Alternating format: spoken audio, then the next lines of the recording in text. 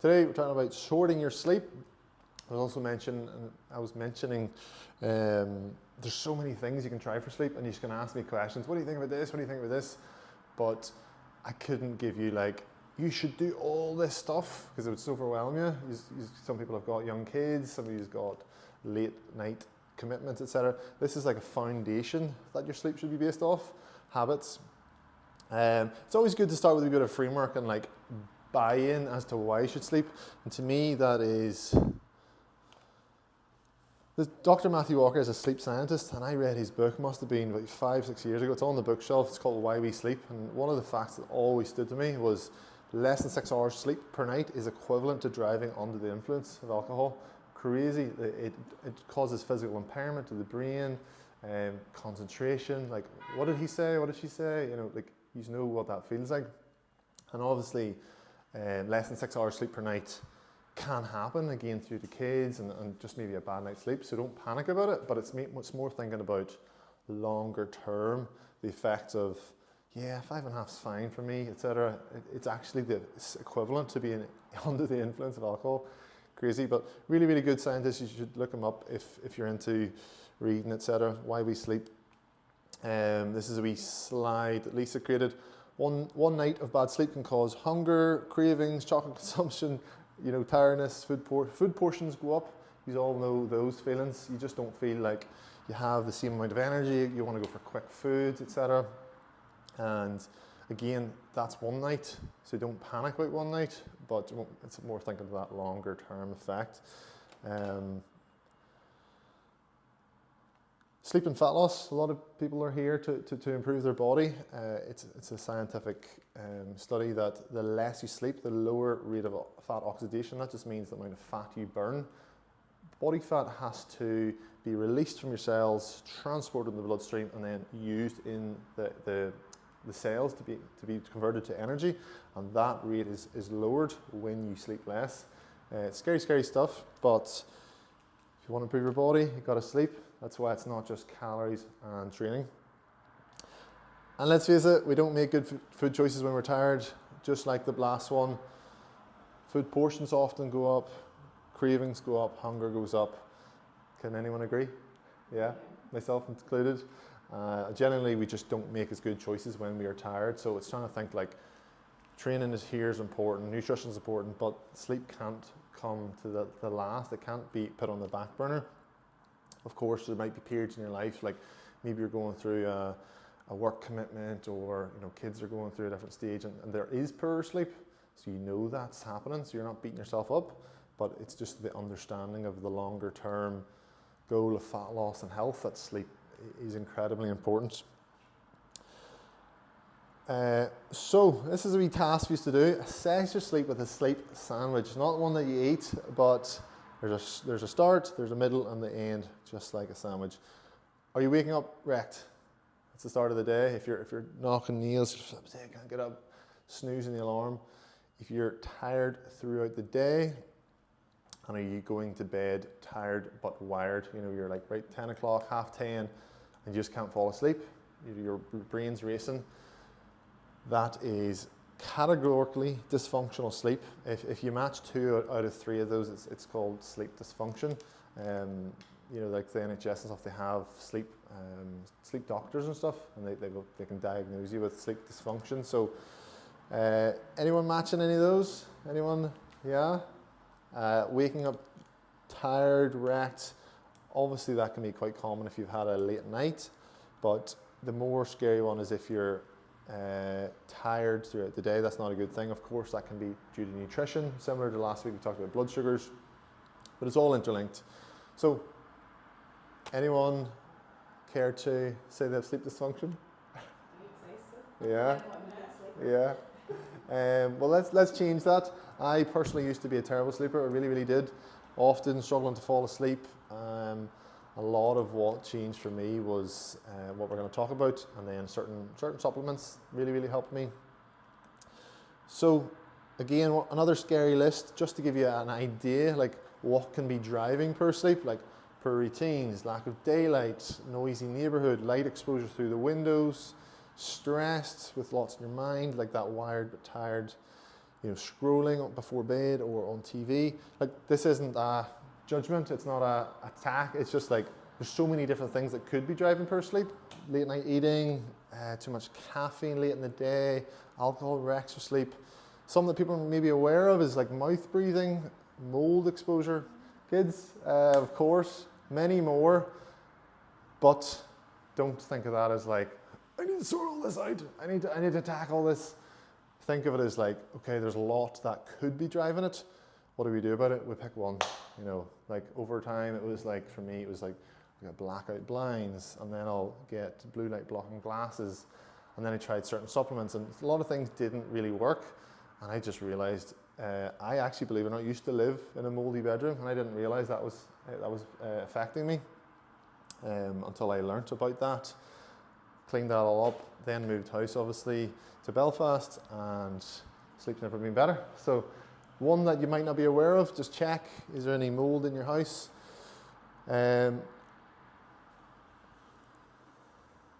So as I said, like, you cannot target everything once. Do not feel overwhelmed by that.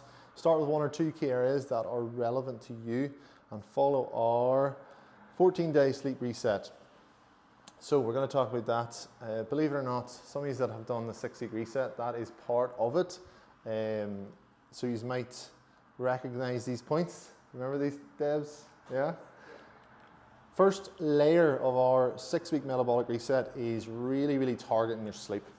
So we're trying to wake and sleep at the same time each day. See, when you're, again, it's not a judgment, but if we're weeknights, we're going to bed at 9:30, 10, because you're getting up for work. And the weekends, yep, I'm going to watch TV and go out, and you're going to bed at 1 a.m.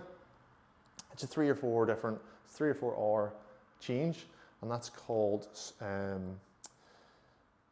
you talk about like travel jet lag, but I call it social jet lag, where your body literally thinks you're in Eastern Europe, the time zone, because you've gone to bed at 10 o'clock, your brain's ready, it's starting to produce melatonin at 9:30, 9 o'clock, and then weekends you're going to bed at 1 a.m. Again, that might happen, and that's totally fine, but it's just trying to be aware of how that affects us. So we're trying to get up and go to bed at the same time. Obviously, like, life happens. I give people a window, like half an hour to an hour of variance. If your bedtime's 10, maybe you're wrecked to go to bed at 9:30 or 9, and then if you're a night out, you go to bed at 11. You have a bit of a window, but if it becomes 2-3 hours, it's just causing sleep dysfunction all over the place. Eating within 60 minutes of waking, that no to low carb breakfast. If you were here last week, Lisa talked about cortisol being blunted. Cortisol is your get up and go hormone. Cortisol gets blunted by carbohydrates at breakfast. If you are that person that's wrecked in the morning, we need to get that cortisol up to get you boom, like revving the engine. Carbs at breakfast is going to blunt that rev. And again, eating within 60 minutes of waking. I think the next slide, we'll go back to it, but eating within the first hour is a key metabolic stimulation for your body. Again, revs that engine. Moving for 20 minutes within that 60 minutes of waking as well. So ideally, you're getting that same wake time, you're getting a good breakfast, and you're getting your morning walk. They can be either direction, whether you eat before or after. Some people like to go fasted. The moving is, again, stimulating blood flow, stimulating your body, but it's mainly the light in your eyes is what we can really stimulate this cortisol awakening response. So car, we need to work on your car. If you're wrecked in the morning, we need to get that sunlight in the eyes to stimulate your cortisol awakening response. And that's basically, people hear about cortisol online and think cortisol's bad, like I need to block my cortisol. That's not necessarily true. We just don't want cortisol high all day. We want to see it high in the morning, drop down, and then start to peak throughout the night to wake you up again the next day. We'll peak through the morning. Is that making sense per se? Yeah, so again, if you've done the 6-week metabolic reset, you've done these points, but this is focusing on your sleep as well as, of course, improving blood sugar balance, improving calorie control, you're moving more. So it all plays into the cycle of that sleep, stress, movement, and nutrition. And the framework for that: high cortisol in the morning, high melatonin at night. Wake hormone, sleep hormone is no carbs at breakfast, that high protein, high fat, lower carbs at lunch and your carbs at dinner. Carbs will help stimulate your melatonin. Any questions on that sort of sleep reset? 14 days, it has to be consistent. Like if it's 5 days on, 2 days out at the weekend, 5 days on, 2 days, it just doesn't work. Your hormones need to have stabilization to reset.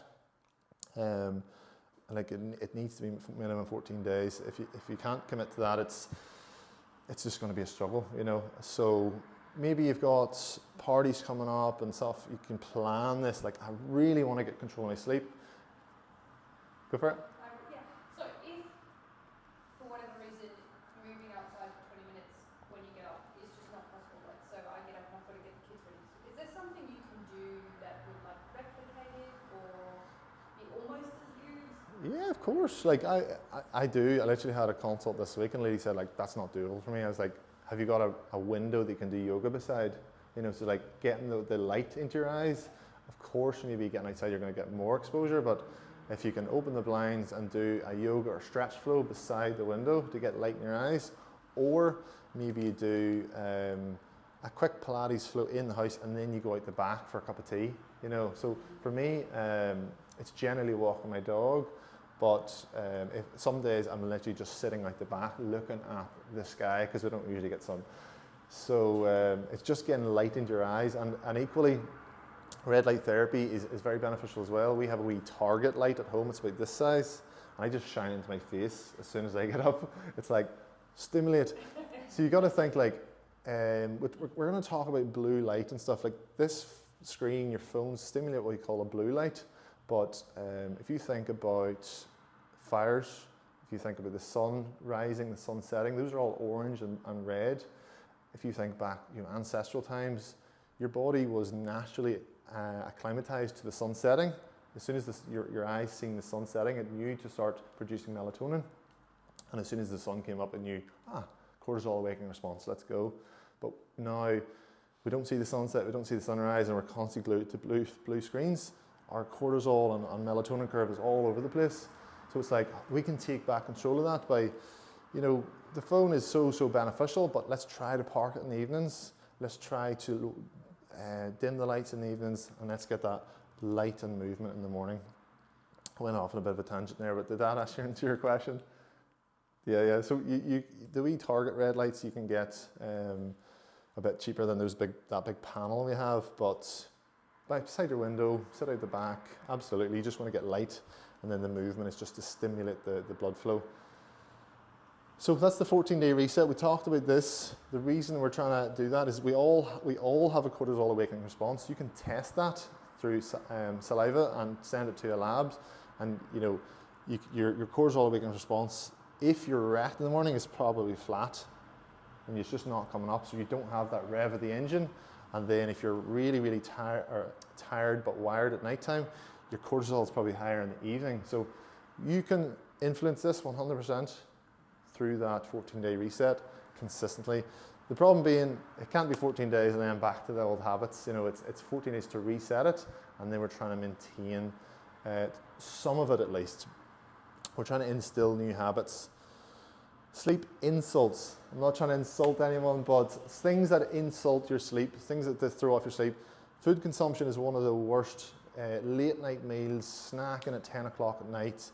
It just really wrecks. Your blood flow goes away from your brain for repair and towards your digestion. And IF, intermittent fasting, it's a big thing on Instagram and TikTok, etc. People say it's all these different reasons. I am not against intermittent fasting, but cutting out breakfast is not going to allow your body to have this metabolic stimulation. Breakfast in the morning, that protein and fat breakfast, is a key driver of your metabolism, in our opinion, and what we've researched. So late night meals, cutting out breakfasts for sleep, got to change. A lot of people say they're not hungry in the morning, but again, it's because they have those late night meals. If you're eating at 9 o'clock, 10 o'clock, of course you're not going to be hungry at 6, 7 in the morning. You've lay in bed all night and you haven't stimulated digestion very well, you haven't utilized the energy. So sleep insults, eating too late, cutting out breakfast, sleeping in at the weekend. is a big, like people talk about, I'll lie in to catch up and sleep. You cannot catch up on Tuesday night sleep on a Sunday morning. It just doesn't happen. Like the Oura Ring has came out with sleep debt on it, and I just don't really believe in that. Like I do to some extent, but lying in till if you're usually getting up at 6 or 7 Monday to Friday, and then Saturday, Sunday you lie until 10, you're now not going to be tired until 3 hours later that night. You know, I do it myself sometimes. Like, why do I do that? I'm not pretending I'm expert here, like with intent in terms of I have it all figured out. This is stuff I know and I try to implement, but there's the odd time where, you know, you'll maybe be out later and then you're like, oh, I'm tired, I'm going to sleep in this morning. Your body needs to accrue about 16 hours of awake time. If you think 24 hours a day, sleep for 8, you're going to accrue 16 hours of awake time. If you only get up at 10 o'clock, 16 hours from then is in the middle of the night the next day. Because you're not going to be tired at 9 o'clock on Sunday night, ready to go for Monday morning. Come Monday, you're wrecked again. So a lot of this, is having the discipline to do it as well. Like people talk about discipline to train and stuff. Discipline to go to bed is one of the harder ones. People say, get up early, discipline. Go to bed is the harder discipline, you know. So I actually have a bedtime alarm, believe it or not. Like, oh, I need to get wind down. For me, like evenings, we usually finish up here around 8, go home, have a half-hour chat, and then I try and do a wee 15-minute yoga flow just to calm my body down, usually in bed for 8:30. I don't always get it, but you just try and instill those new habits of how important sleep is. So yeah, the bottom point we spoke about, need to keep the same routine where possible. Supplements and sleep hacks, I know people are going to ask about those, and I have a big list to show you, like how much stuff there is. They can all have their time and place for sure, and they can be really, really helpful, but you can't out-supplement or out-hack disruptive sleep habits. Like if you're going to bed at 12 o'clock, taking magnesium to sleep better isn't really like that key thing. Blue light blocking glasses doesn't give you a permission to stay on your phone all night, you know, so it's like they're very useful, but they're not going to outdo not getting that morning routine, late night routine, eating too late, etc. Is that all making sense so far? Yeah. Any further questions so far? No. I feel like I'm flying through this actually. It's past. I can probably chat very quick. So, like I spoke about, a big list. I'm not asking you to do all this, but this just shows you things you can do to work on sleep. That's not what I want you to focus on today. I want you to focus on the 14-day reset, but it just shows you how many things you could work on. Supplements, dimming the lights in the evening. Like I use a salt lamp to read, blue light blockers on, no screens before bed, breathing to calm the body. You know what I mean? Like that's not a to-do list today, but it shows you how many things you could work on. Anyone doing any of those? Can you even read that? Yeah. Supplement-wise, I take magnesium glycinate and a one called glycine. Glycine really, really helps me. It's an amino acid to calm the body down. Sometimes, sorry, go ahead. Sorry, Ben, what's a salt lamp? Do you know the wee red light booth? There's a wee orange light lamp. That's it. It's Himalayan salt as a big block. How can you read by that? It's bright enough. It's bright enough to read, in my opinion. But you're young. Yeah, there you go. 2 salt lamps, 3 salt lamps. But like my bed's here and the salt lamp's probably there, so it is enough. Yeah. It's just like if you have, you know, the overhead light on, or even just like a bedside light. A bedside light's obviously a lot better if you've got a shade on it as well. But an overhead light's just like you're not getting that evolutionary sunset, if you know what I mean. So, but that might not be your number one thing. If you could like layer in a couple of these things, like, you know, doing a brain dump, like it's like a wee journal. You could just write down your thoughts if your mind is really busy. I would do that quite a lot. I'm like lying there, Lisa's asleep, and I'm going. I just have to write on a paper, wake her up, turn the light on, and then go turn it back off again. Like just brain dump onto paper. I actually don't use blue light blocking glasses anymore. I have them there, but it just, they're big orange glasses, like it's a bit goofy. No caffeine after 2 p.m. is a really interesting one. Your caffeine has an 8-hour half-life. Who's laughing? Not Debs. Decaf tea, decaf coffee. Caffeine has an 8-hour half-life, so it takes a full 16 hours to get out of your system. If you're drinking coffee after 2 p.m., you're drinking at 4, 5, 6, it's in your system. And my mother-in-law says caffeine doesn't affect her. I challenge her to a sleep study, I really do. You know, if you can fall asleep, great, but your sleep quality is not there. If you're drinking caffeine, hands down, I don't care what anyone says, you can go to sleep, but you have what you call deep sleep, you've got rapid eye movement sleep, and then you have light sleep. And you have to move through those different sleep cycles to get full brain recovery, full body recovery, and I challenge her. So yeah, as I said, that today is not about this, but if you want to take a photo of that as like different things to try and do, you can, but I want you to focus on that 14-day sleep reset. These will not work if you're eating too late, you're going to bed too late, your sleep timing is all over the place, but it just shows you how much different things you could work on. Sleeping in a dark, cool room is important. I'm really a big fan of blackout blinds. I like an eye mask for people that maybe have a bit of light in their room, etc., from street lights. Alcohol wrecks sleep. Training too late, like heavy weight training here, it's stimulating the nervous system. So many different things you could work on. But as I said, start with the fundamentals of the 14-day reset and ensure you're actually consistent. That's the key thing. Again, 4 days on, 1 day off, 5 days on, 3 days off. It doesn't work. Then you can layer more bits in. We are going to be, I say sleep, you're going to be in bed for around a third of your life. You know, we might as well start working on it. A lot of people say, I just don't sleep well. It's like, really? Like, have you worked on it?